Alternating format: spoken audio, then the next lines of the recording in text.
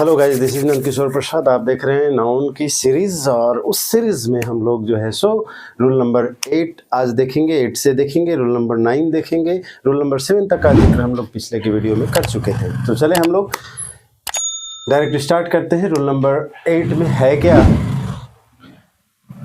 तो ये rule number 8 में जो है एक स्ट्रक्चर मैंने दिया है, noun plus preposition plus noun. इसका क्या मतलब है? यानी दो नाउन के बीच में एक प्रीपोजिशन आएगा और ये दोनों नाउन जो है सो सेम रहेंगे। दोनों नाउन में कोई अंतर नहीं होगा। अगर राम है पहला नाउन तो दूसरा नाउन भी राम रहेगा। तो इसको मैंने डिटेल में लिख दिया है कि इफ ए प्रीपोजिशन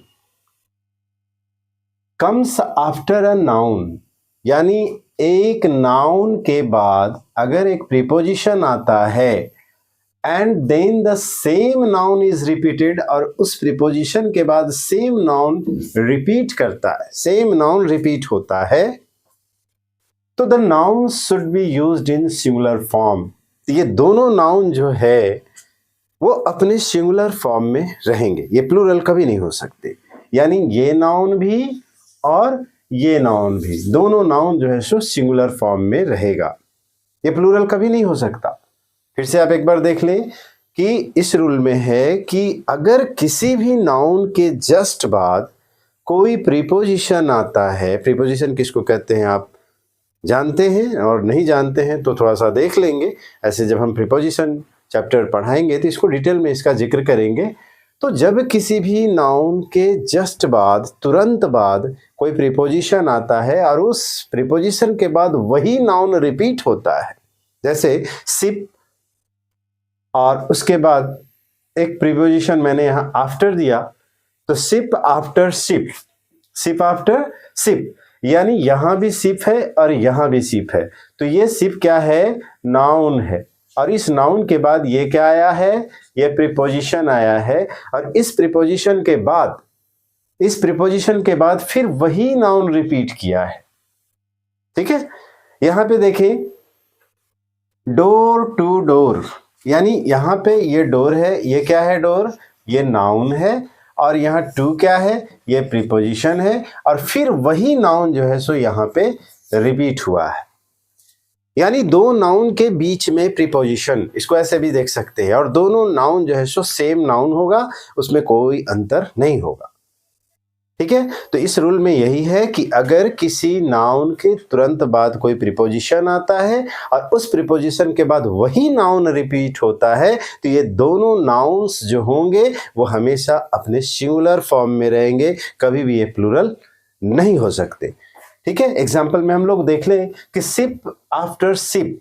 ठीक है, अगर हम यहाँ पे लिख देते हैं सिप्स और यहाँ पे लिख देते हैं सिप्स, और इसको हम बोल देते हैं सिप्स आफ्टर सिप्स, तो ये गलत होगा। यहाँ पे डोर्स टू डोर्स, तो ये बिल्कुल गलत होगा, क्योंकि किसी नाउन के बाद जब प्रीपोजिशन आता है और उस प्रीपोजिशन के बाद वही नाउन रिपीट होता है, तो ये दोनों नाउन्स जो हैं अपने हमेशा सिंगुलर फॉर्म में होते हैं। ऐसा भी क्वेश्चंस कॉम्पिटिटिव एग्जाम में देखने को मिलता है, इसलिए आप इसको अच्छे से समझें। तो सिप आफ्टर सिप, यहाँ पे कभी भी सिप्स आफ्टर सिप्स नहीं होगा, जब भी होगा तो SIP after SIP is arriving.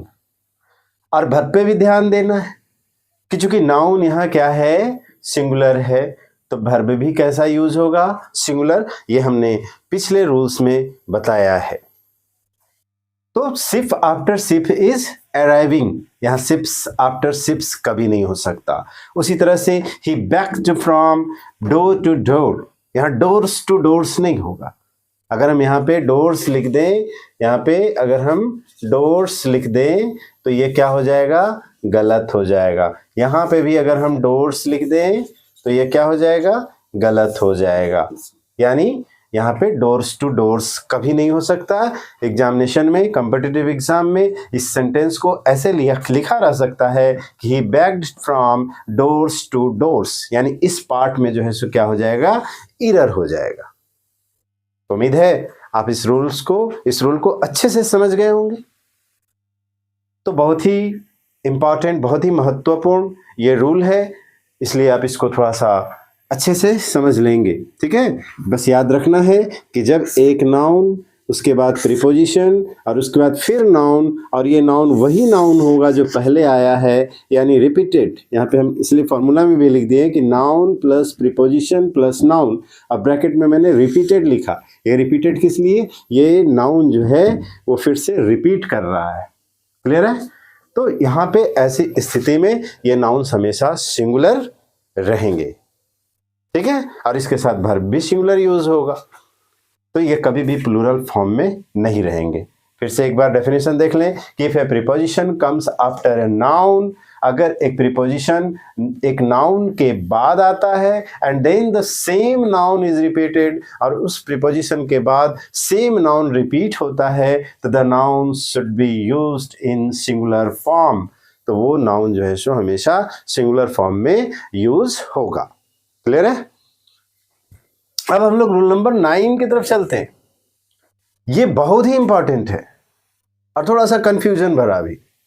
इसमें बहुत सारे ग्रामेरियन का अलग अलग अपना अपना विचार है। तो चले हम लोग देखते हैं इस रूल में क्या है।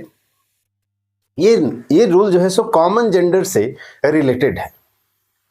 तो कॉमन जेंडर से रिलेटेड है, तो कॉमन जेंडर किसको कहते हैं आप पता है? जैसे टीचर, तो टीचर एक शब्द है, टीचर एक वर्ड है। तो टीचर कहने का मतलब कि वो टीचर मेल भी हो सकते हैं और फीमेल भी हो सकते हैं, तो इसलिए टीचर कॉमन जेंडर है। डॉक्टर, डॉक्टर मेल भी हो सकते हैं और फीमेल भी हो सकते हैं, तो इसलिए ये क्या है? डॉक्टर कॉमन जेंडर है। तो चलिए हम विस्तार से देखते हैं इस कॉमन जेंडर में। कुछ वर्ड्स को मैंने लिखा है, कुछ कॉमन जेंडर को मैंने लिखा है कि नाउन्स लाइक आर्टिस्ट, तो आर्टिस्ट है, तो आर्टिस्ट मतलब क्या? कलाकार।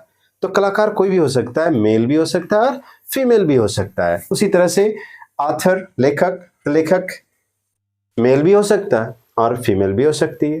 तो यहाँ पे आर्टिस्ट, ऑथर, इसी तरह से सारे teachers, student, child, servant, engineer, advocate, clerk, writer, इधर भी मैंने कुछ शब्दों को लिखा है, musician, politician, minister, leader, secretary, enemy, parent, cousin, friend, neighbour, person, professor, poet, worker, ये सारे वर्ड्स जो हैं सो कॉमन जेंडर के हैं। ठीक है, उसके बाद मैंने लिखा कि ETCR कॉमन जेंडर नाउन्स। ये कैसे नाउन्स है? जेंडर भी नाउन में ही आ गए ना। तो ये कैसा नाउन है? ये कॉमन जेंडर नाउन है, जो मेल भी हो सकते हैं और फीमेल भी हो सकते हैं। मैं समझाने के साथ साथ मैंने यहाँ लिखा भी है कि they are used for both male and female, यानी ये दोनों के लिए यूज किया जाता है, मेल के लिए भी और फीमेल के लिए भी। They are also called dual gender, इसको डुअल जेंडर्स भी बोलते हैं। ठीक है, डुअल मतलब दोनों, मेल और फीमेल दोनों, इसलिए डुअल जेंडर भी बोला जाता है। उसके बाद हम नाउन के बाद कुछ प्रोनाउंस हैं, जैसे डिस्ट्रीब्यूटिव और इनडेफिनिट। तो प्रोनाउन चैप्टर जब पढ़ेंगे तो इसका जिक्र डिटेल में करेंगे हम लोग, लेकिन अभी हम चूंकि इस रूल से रिलेटेड है इसलिए हम यहाँ पे थोड़ा सा जान लेते हैं। तो डिस्ट्रीब्यूटिव प्रोनाउन, आप थोड़ा सा इसको साइड से देख लेंगे कि डिस्ट्रीब्यूटिव प्रोनाउन और इंडेफिनिट प्रोनाउन किसको कहते हैं। तो यही जो है ना, यहाँ जो नीचे लिखे हमने कि each, either, neither, everyone, no one, nobody, anybody, everybody, somebody, यानी ये सारे जो वर्ड्स हैं, ये सारे जो नाउन्स हैं, ये डिस्ट्रीब्यूटिव और इंडेफिनिट प्रोनाउन है। ये सारे जो हैं सो इंडेफिनिट प्रोनाउन है। ठीक है, और प्रोनाउन किसको कहते हैं आपको पता है। तो यहाँ डिस्ट्रीब्यूटिव और इंडेफिनिट प्रोनाउंस भी जो होते हैं ना, ये भी कॉमन जेंडर। अगर हम समबडी की बात कर रहे हैं, समबडी मीन्स क्या? कोई भी, तो कोई भी में मेल भी हो सकता है और फीमेल भी हो सकता है। उसी तरह से आइदर मतलब दो में से एक, दो में से कोई एक, तो दो ये कौन है? मेल है या फीमेल है? कोई भी हो सकता है। तो इसलिए हम each, either, neither, everyone, no one, nobody, anybody, everybody, somebody, ये सारे जो वर्ड्स हैं, ये सारे जो प्रोनाउंस हैं, ये डिस्ट्रीब्यूटिव और इंडेफिनिट प्रोनाउंस हैं। ठीक है, तो ये भी कॉमन जेंडर के रूप में ही यूज किए जाते हैं। एक बात और कि जब इन कॉमन जेंडर का हम नाउन या प्रोनाउन का प्रयोग जो है सो सिंगुलर रूप में करते, जब इन कॉमन जेंडर्स का जो भी ऐसे नाउन्स होते हैं, जो भी हम नाउन्स, जितना भी हम नाउन्स का जिक्र किए हैं अभी, ठीक है, वो सारे यहां लिख भी दिए कि जब कॉमन जेंडर के ऐसे नाउन या प्रोनाउन, यानी ये सारे में से कोई भी नाउन आ जाएगा, इनमें से कोई भी प्रोनाउन आ जाएगा, ठीक है, तो ये नाउन या प्रोनाउन का प्रयोग अगर सिंगुलर में होता है, यानी एक के लिए होता है, ठीक है, तब इनके लिए हम ही, हिज और हिम का प्रयोग करते हैं। ठीक है, ही, हिज और हिम का प्रयोग करते हैं। जहां पे सब्जेक्ट के रूप में लिखना है ही लिखेंगे, जहां पे पॉजेसिव एडजेक्टिव के रूप में लिखना है वहां हम हिज लिखेंगे, जहां पे ऑब्जेक्ट के रूप में लिखना है वहां पे हम हिम लिखेंगे। अब यहीं पे थोड़ा सा कंफ्यूजन है, ठीक है, अलग अलग ग्रामेरियन की बातें अलग अलग ढंग से हैं। कुछ लोग कहते हैं कि सिर्फ हम ही, हिज और हिम लिख सकते हैं।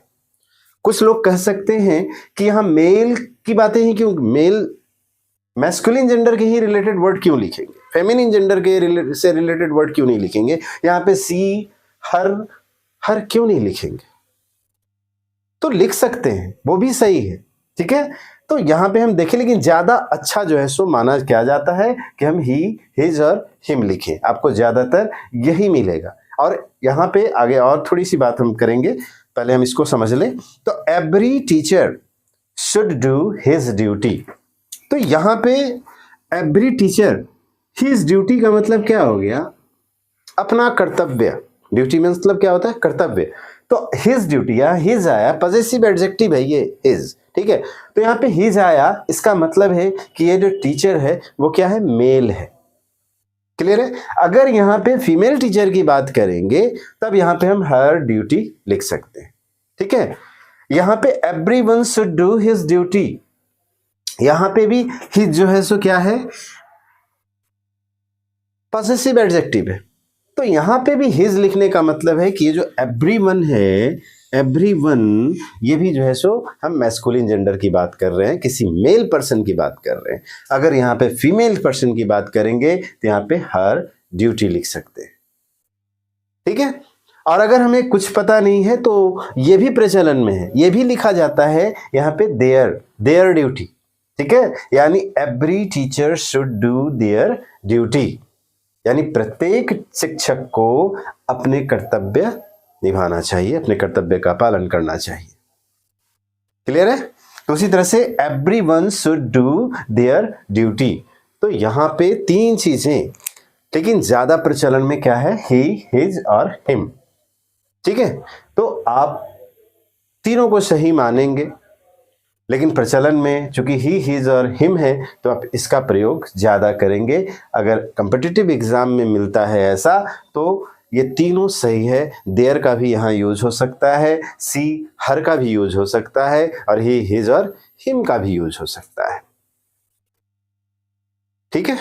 तो ये रूल थोड़ा सा आप अच्छे से एक बार, दो बार, तीन बार इसको पढ़ेंगे। फिर भी अगर आपको दिक्कत लगेगी तो आप कमेंट बॉक्स में इसका जिक्र करेंगे, ठीक है। कमेंट बॉक्स में आप लिखेंगे, मैं इसे फिर से और एक्सप्लेनेशन से और एग्जाम्पल के साथ, ठीक है, हर तरह का एग्जाम्पल के साथ इसको जो है सो समझाने का फिर से प्रयास करूंगा।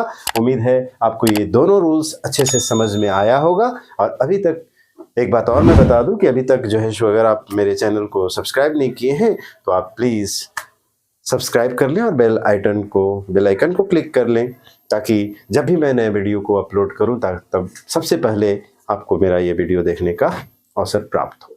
धन्यवाद।